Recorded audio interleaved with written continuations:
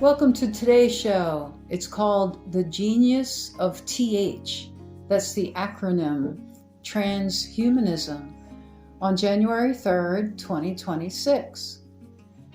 Genius in Latin is the genius inside you that runs your anatomy. So genius used to be everyone's name. It is the glory of God to conceal a thing, but the honor of kings is to search out a matter. It's like a game or a game. God hides itself in the world, then you're born into it to find it. It's such a fun game for the child. You're born pure, then you get diluted, then you have to find yourself. So transhumanism is something that we have to contend with all the way back to Babylon as mortals born on Earth. And it literally carries out the agenda of ordering the human emotional values and psyche via imagery, speech, and associations.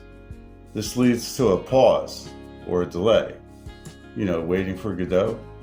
A pause or a delay in mankind's progression toward aggregating unity to separation.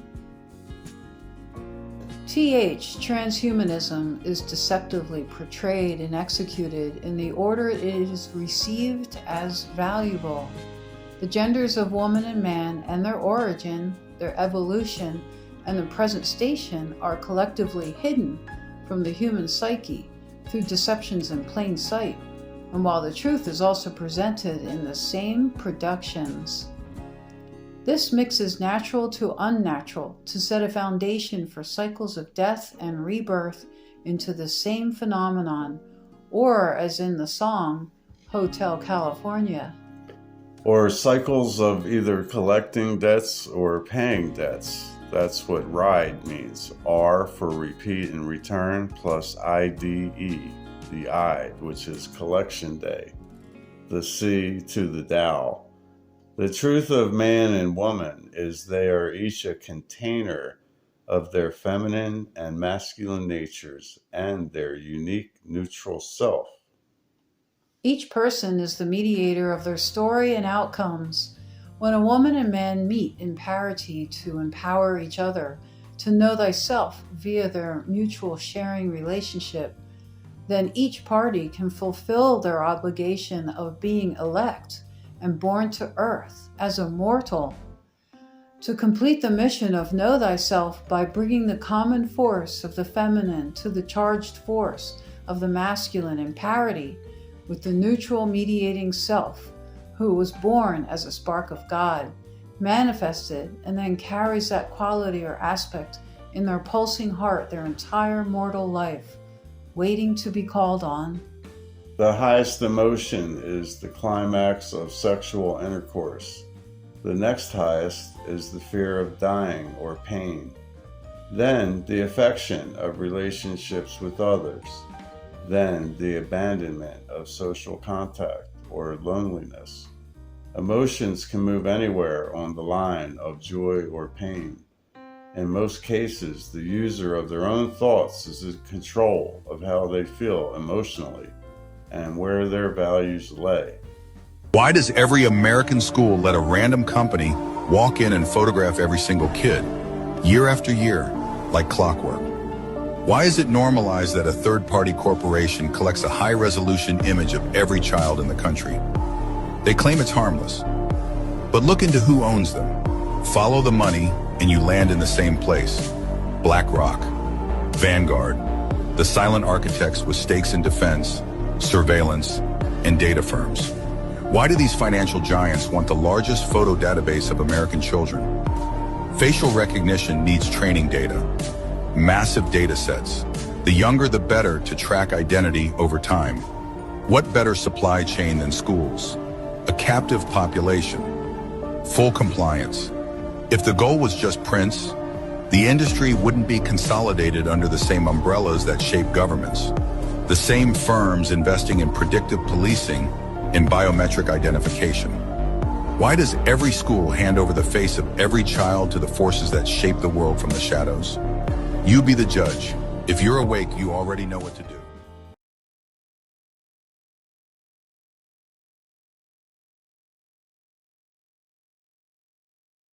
they would have been doing the transgender thing? That was my question. I'm going to put some of my fashion skills to the test. We're going to start with the 20s and 30s, where they shaved off their eyebrows and penciled them back on. And that was one way that they used to disguise the male brow ridge. You could shave them off, draw them high or a bit low. And they weren't doing too much plastic surgery back then, so they had to work with light and shadow. One way that they could do it is put on all that white makeup and then draw a line above the male jaw and then shadow in under it to give the illusion of a female jaw. The clothing was straight and pretty much shapeless, and that would disguise the male body in the industry. You have to wonder why these fashions become trends. It's because the transgenders in the industry need to hide what they are. Bette Davis has no female hips at all. Clara Bow, I think, possibly was a transgendered individual and had the eyebrows drawn very close to the eyes to make the face look smaller. Greta Garbo was definitely a man. And Marlene Dietrich as well, because I'm seeing the large skull of a man and the large jaw of a man, and he used to wear lots of male clothes, and that was really controversial at the time. Lana Turner's looking the same, pretty similar, large bone structure, and you don't see it because they've presented them at different angles and they work with that light and shadow. It's only illusion. So from this angle, this could look like female curvature, but you can tell that the photographer has crouched down and is looking up at her. And it's the same as Marilyn Monroe. That's a tiny little man bum, but you can see the angle that the photographer is at is crouched on the ground, and from here it would look like female curvature, but it's just the angle. We've got Lana Turner with broad shoulders, straight legs, and the shorts that flare out at the sides, and we go forward in time with Cara Delevingne wearing the same thing because she doesn't have female hips. The 50s, they let the eyebrows grow back. That would disguise the brow ridge again, and they wore red lipstick so that your eye would go straight to the lips because they started using color. Other fashion then became high-waisted trousers and skirts and dresses that would pull your waistline in, which gives anybody an hourglass figure. I don't know why people thought that Jane Russell was a girl. This person's huge, and the only thing they could do is take a belt and pull that waist in, but there's still no hope for that. The fashion was pulling the waist in, and it said to give you an hourglass figure. No, it was to give the trannies in the industry an hourglass figure. Audrey Hepburn was a boy, small boy anyway, nipping the waist in, giving that an hourglass figure, but that is 3 head widths on Audrey's shoulders. It was also the fashion to have the scoop neckline, which made the shoulders look a lot smaller. You can see on Marilyn Monroe, you can see on Audrey Hepburn, made the shoulders look a lot smaller. I have looked at pictures of women, I've seen women in real life, and we don't have this clavicle that is just crawling out of the neck like this. This is a distinctly male feature.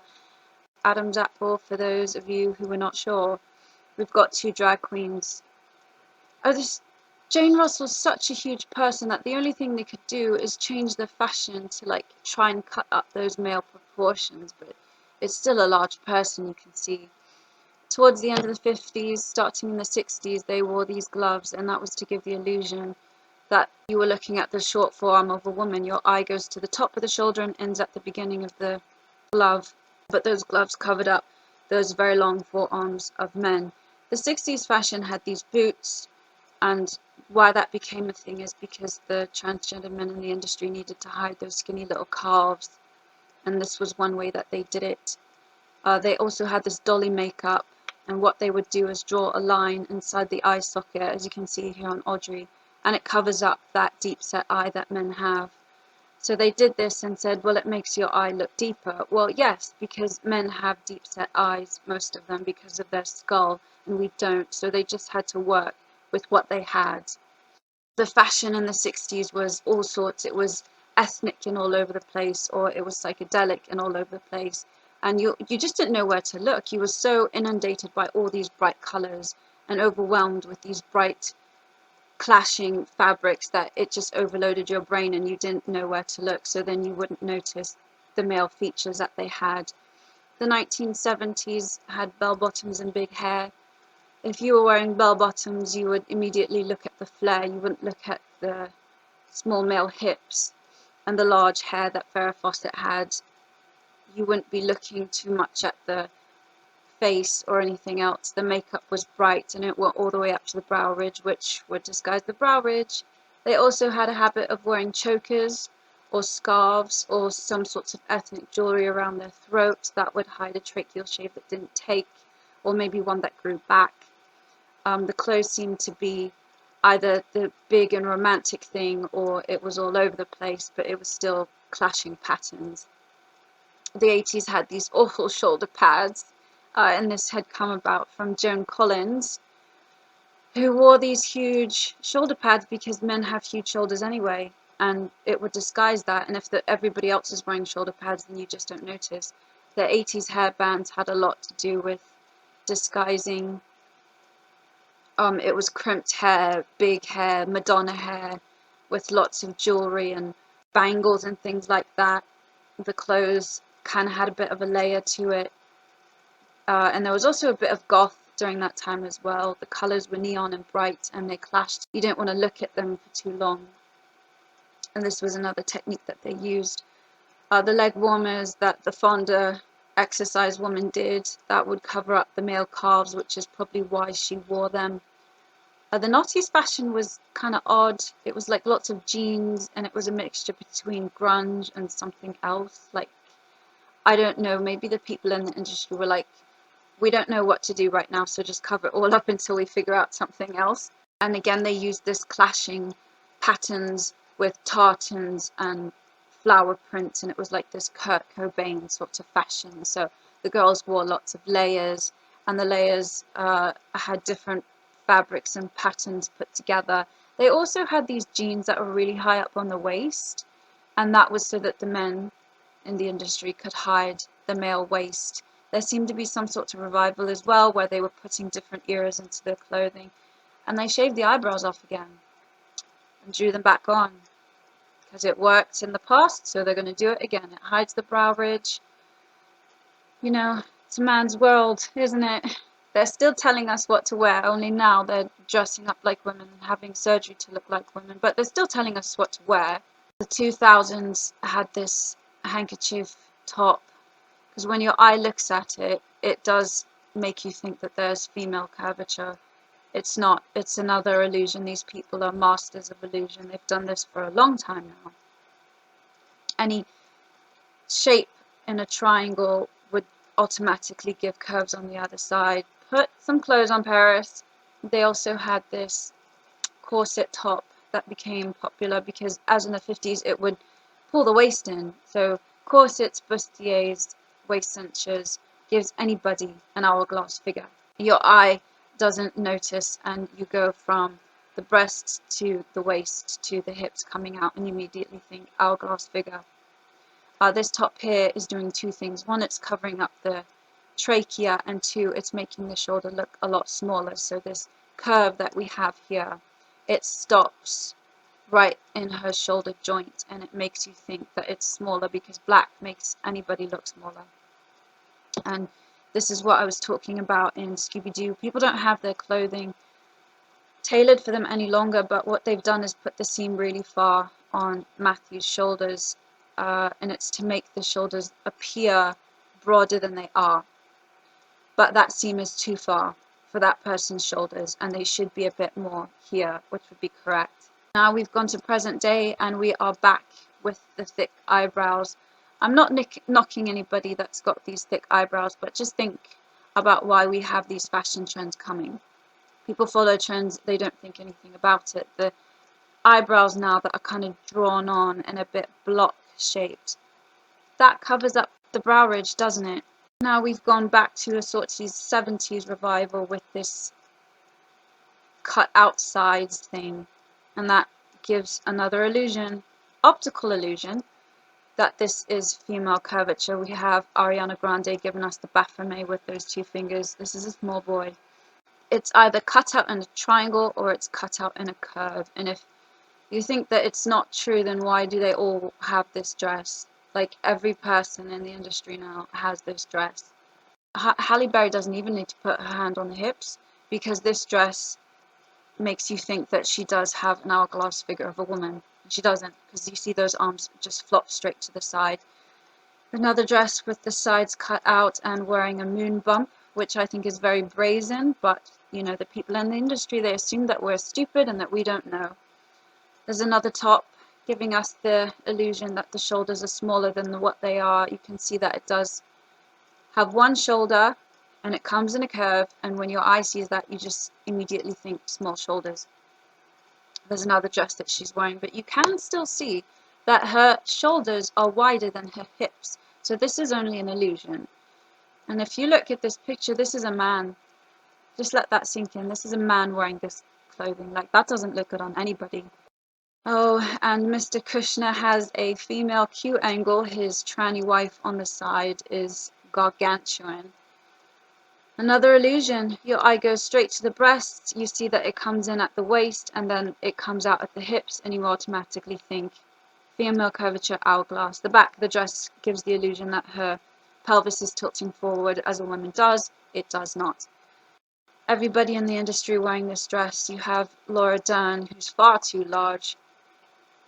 Laura Dern wearing a similar strange looking dress. It does not do anything for those shoulders. And another dress doing the same thing. Mila Jovovich giving us a taste of the 70s with this thing. And white always gives the illusion of making you look bigger. Black makes you look smaller. Optical illusions. Nicole Ricci wearing a dress, giving us that fake curve again. Dress has curves, body does not, because look at her back. That's her back. There's no female tilt in the back. There's no pelvic tilt at all. This is not a woman. Oh, this is prostitute clothing. In my opinion, this is what, you know, why are they all wearing it? They're prostitutes, and nobody wears, like, who wears this kind of clothing? Them, just the trannies in the industry. And we have a dress like Aquafina's wearing that gives the illusion of curves, you know. This is a ladyboy. I went to Thailand. I saw ladyboys. They look like this. Shakira giving us another dress. Dress has curves, body does not. It comes at the top where the breasts are, goes in, comes out at the hips. Repeat offender giving us the Baphomet symbol. That's not her flesh on the side, that's the color of the dress. And we've got Taylor Swift doing the same thing. They say she's statuesque. She's like 5'11". But tranny-esque, because this is a boy. And I'm angry that they've been lying to me all these years. And it's not a good image to put out for anybody. It's not even a good image to put for transgendered anyway, because they're telling you that you have to be anorexic and skinny in order to be liked and beautiful, and that's bollocks. And I'm angry that they've been lying to me this whole time and telling me what to wear. I don't want to look like that. I'm never going to look like that because I don't have a man's body. Like, just look at this and be empowered that you don't have to do what Hollywood is telling you to do anymore. Like, stop telling me what to do. Yeah, I know what you are now.